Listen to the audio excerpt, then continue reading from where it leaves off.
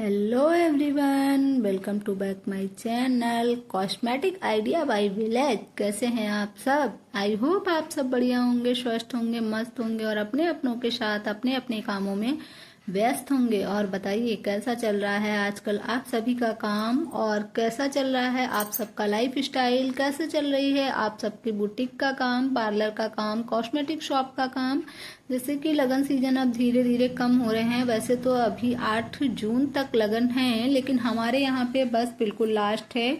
जिस दिन मैंने ये वीडियो शूट किया है उसी दिन हमारे यहाँ की लास्ट लगन थी, क्योंकि बाकी फिर और जगहों पे होगी, लेकिन जब अपने आसपास होती हैं तो शॉप थोड़ा सा ज़्यादा अच्छी चलती है। जैसे कि आप सबको ही पता है कि मेरी जो शॉप है वो विलेज में है। तो विलेज में क्या होता है कि ज़्यादातर आपके लोकल के ही लोग आते हैं, कोई बाहर के लोग तो आते नहीं है, और ना ही यहाँ पे कोई मार्केट है जहाँ पे हमारी शॉप है। तो हमारा विलेज गांव जो है वो काफ़ी बड़ा है, तो हमारे गांव के ही सारे लोग अगर आते हैं तो हमारी शॉप बहुत अच्छी चल जाती है और हमारा अच्छा खासा इनकम भी हो जाता है। तो इसलिए हमारे यहाँ डिपेंड करता है कि हमारे यहाँ किस अकॉर्डिंग सहालक वगैरह हैं, कैसी शादियाँ हैं, कैसे फंक्शन हैं, उसके अकॉर्डिंग सेलिंग डिपेंड करती है और फेस्टिवल के अकॉर्डिंग सेलिंग डिपेंड करती है। तो यहाँ पे आप देख रहे हैं मैं अभी दे रही हूँ इनको सामान, क्योंकि इनको चूड़ियाँ वगैरह चाहिए थी, वही मैं इनको दिखा रही हूँ, मतलब दे रही हूँ, बना रही हूँ। फिर जो मैं ये बना रही हूँ वो इनको समझ में नहीं आया, फिर इन्होंने कहा रहने दीजिए, सिंपल ही सिंपल कर दीजिए आप, उसमें कुछ मत लगाइए, पूरा रेडी रेडी रहने दीजिए। गाँव वगैरह में अभी थोड़ा सा पक्की चूड़ियों का ट्रेंड ज़्यादा है हमारे यहाँ पे, मतलब फैंसी चूड़ियाँ भी बिकती हैं, लेकिन पक्की में कहते हैं कि हम घर में भी पहन लेंगे, और कच्ची क्या होता है आने जाने में 1-2 बार पहनते हैं फिर खराब हो जाती हैं, और या तो फिर मेटल ले पाते हैं।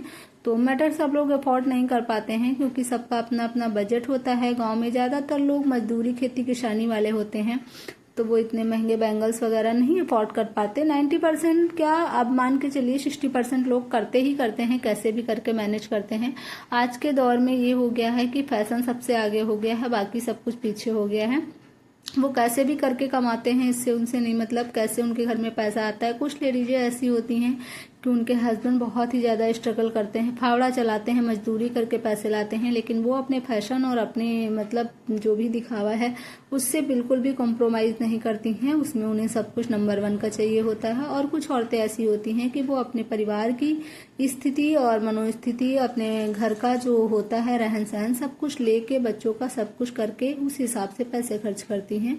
तो उस हिसाब से डिपेंड करता है कि कौन कैसे सामान लेगा। कुछ लोगों का होता है कि हाँ, हमें अपने साथ साथ अपने बच्चों का भी देखना है, और बहुत से लोगों का ऐसा होता है कि वो अपना अच्छा पहनेंगी, शौक श्रृंगार अच्छे से करेंगी, हर फेस्टिवल हर फंक्शन में महंगी महंगी साड़ियाँ चाहिए, सब कुछ है, लेकिन बच्चों को गवर्नमेंट स्कूल में भेजेंगी, और या फिर नहीं भी भेजेंगी कि जाओ गाय भैंस चरा के लाओ जाके। ये पोजीशन हमारे यहाँ पे अभी भी है।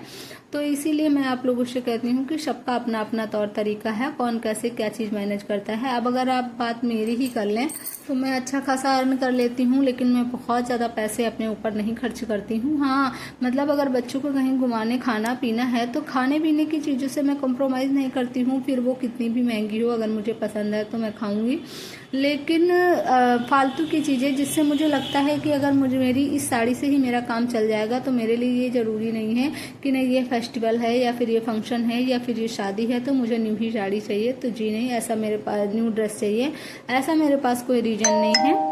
तो लेकिन मेरा ये रहता है, मेरी फर्स्ट प्रायोरिटी मेरे बच्चे हैं, कि मेरे बच्चों का जो स्कूलिंग है वो बहुत अच्छा हो, जो मैं करा सकती हूँ बेस्ट से बेस्ट हो, मैं उसमें कोई कंप्रोमाइज़ नहीं करती। बच्चों के लिए हर चीज़ें उपलब्ध होनी चाहिए, उनकी पढ़ाई लिखाई, उनकी फ़ीस के लिए एक कॉल नहीं आना चाहिए कि फ़ीस अभी नहीं जमा हुई, ऐसा वैसा। उनके लिए मैं सब कुछ करने के लिए पूरा 100% करती हूँ। फिर ये मैं नहीं सोचती कि मेरी इनकम का कैसा जा रहा है कैसा नहीं जा रहा है। तो वो सबका अपना अपना डिपेंड करता है कि कौन कैसे मैनेज करता है, सबका अपना अपना तौर तरीका है, तो उसके लिए हम किसी को कुछ नहीं कह सकते।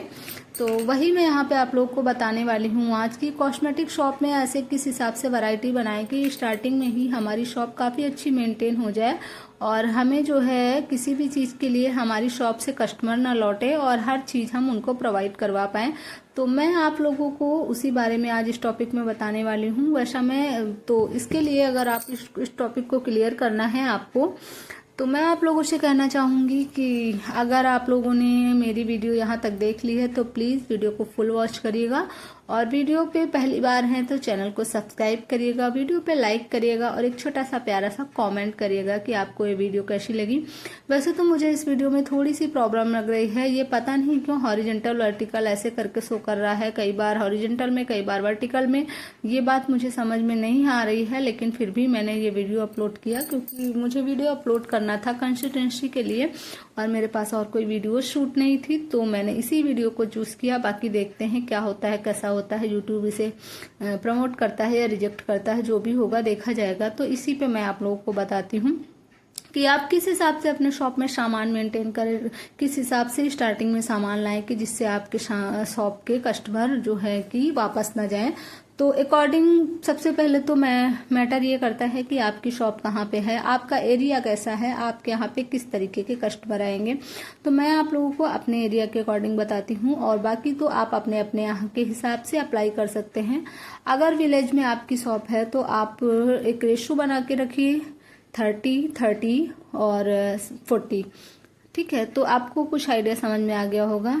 और इसी रेशो को आप इस तरीके से भी कर सकते हैं 20-20 और 60, तो इस तरीके से भी आप कर सकते हैं। तो हर तरीके का मेरा कहने का मतलब है, गांव में हर तरीके के लोग होते हैं, किसी को 10 रुपए का चाहिए तो किसी को 100 रुपए का चाहिए, तो आपको दोनों ही वैरायटी रखनी है। जब भी आप अपनी शॉप का सामान लाएं तो जो भी प्रोडक्ट लिस्ट बनाएं, जैसे कि मान लीजिए आपने लिस्ट बनाई कि आपको फेस क्रीम लानी है, तो आपको फेस क्रीम लानी है तो ये नहीं कि जैसे फेयर एंड लवली हो गई 10 की भी आती है, 25 की भी आती है और 68 की भी आती है, 125 की भी आती है। तो ये नहीं है कि आपको, हम तो भैया छोटा छोटा नहीं रखेंगे, डायरेक्ट 68 वाली और 125 वाली ला के आपने भर दी। लेकिन आपके यहाँ के जो कस्टमर आ रहे हैं उनका बजट इतना नहीं है कि वो महंगी क्रीम खरीदे। हाँ, वो लगाएंगे फेयर एंड लवली ही, लेकिन वो अपने बजट के अकॉर्डिंग खरीदेंगे। हो सकता किसी का बजट 10 वाला रहता है तो वो 10 वाली लेते हैं, 4-6 दिन लगाने के बाद फिर ले लेते हैं। कोई 25 वाली ले लेता है तो कोई 68 वाली लेता है, और कोई ऐसा होता है कि वो बड़ी ले लेता है कि मुझे रोज रोज लेने नहीं आना पड़ेगा। तो सबका अपना अपना बजट होता है, अपना अपना सोचने का नजरिया होता है। तो आपको ऐसे ही हर चीज मेंटेन करनी है। मैंने एग्जाम्पल आपको फेयर एंड लवली का दे दिया, आप हर चीज हर वैरायटी को इसी तरीके से मेंटेन करिए कि आप छोटे से जो सबसे कम प्राइस में बिकता है उसको भी लीजिए और जो हाईएस्ट प्राइस में बिकता है उसको भी लीजिए। लेकिन मतलब मेरा कहने का मतलब यह है, क्वांटिटी आप कम रखिए लेकिन वैरायटी आप ज्यादा मेंटेन करके रखिए। अब जैसे कि क्रीम का हो गया, मैंने बता दिया। आप इसी तरीके से रेशो बनाइए, कोई भी क्रीम हो गई, फेयर एंड लवली है, वाइट टोन है, पाउंड्स है, जो भी है। अगर वो 10 की आती है तो 10 वाली भी आप रखिए और वो 150 की आती है तो 150 वाली भी रखिए। बस आप थोड़ा सा स्टार्टिंग में क्या करिए कि आप क्वांटिटी कम लाइए, वैरायटी ज्यादा लाइए। फिर जैसे जैसे आप शॉप पे बैठते रहेंगे आपको खुद ही आइडिया हो जाएगा कि आपके यहाँ कौन सी चीजें कैसे सेल होती हैं, किस रेंज की चीजें ज्यादा सेल होती हैं, उसी अकॉर्डिंग आप अपनी शॉप पे सामान ऐड कर सकते हैं। तो इसी तरीके से सारी क्रीमों का हो गया और इसी तरीके की आप सारी पाउडर्स की वैरायटी बना सकते हैं। उसके बाद बात करते हैं जैसे कि कॉम्पैक्ट पाउडर हो गया, वो भी आप मार्केट में आपको जो सबसे, ये मत सोचिए कि मैं लोकल चीज नहीं बेचूंगी, मैं ये चीज नहीं बेचूंगी। अगर आपके पास कस्टमर ही लोकल के आ रहे हैं तो आप क्या करेंगी। मान लीजिए आपके पास कोई 30-40 रुपए का फेस पाउडर लेने आ रहा है, आप डायरेक्ट लैक्मी के, हुडा के, ये सब महंगे महंगे मेबलिन के ये सारे रख लिए, तो आपको क्या ही मतलब निकलेगा जब आपकी शॉप से सारे कस्टमर ही वापस चले जाएंगे। आपका वो कंपनी कोई मैटर नहीं करेगा। तो इसलिए आप रखिए, कंपनी का भी रखिए लेकिन सस्ता भी रखिए। उसके बाद स्टार्टिंग में आप थोड़ा थोड़ा रखिए। जैसे कि आप जो भी सबसे मार्केट में जाइए जो सबसे लो प्राइस में हो वो भी रखिए, और जो आप जितना हाईएस्ट आप रख सकते हैं आपके बजट के अकॉर्डिंग वो भी रखिए। तो उससे आपका क्या होगा कि आपका कोई भी कस्टमर वापस नहीं जाएगा। अगर किसी का बजट है कि हमें 50 रुपीज में भी फेस पाउडर चाहिए तो आप उसे भी प्रोवाइड कराइए। अगर वो लैक्मी का 250 रुपए में चाहता है तो आप उसे भी प्रोवाइड कराइए। तो ये चीजें आप जब ध्यान में रख के चलेंगे तो आपकी शॉप बहुत अच्छी चलेगी। अब जैसे आप नेल पेंट लेने गए तो आपने कहा मैं तो 50 वाली लगाती हूँ और ये थोड़ा सा ठीक लगती है मैं यही रखूंगी, ये 10-20 वाली नेल पेंट अच्छी नहीं होती हैं। तो वहां पे आपको नहीं खरीदना है, आपको सेल करना है, आपको अपनी कस्टमर की पसंद का ध्यान देना है, ना कि आपको अपनी पसंद का ध्यान देना है। आप अपनी पसंद के अकॉर्डिंग चलेंगे तो मुश्किल हो जाएगा।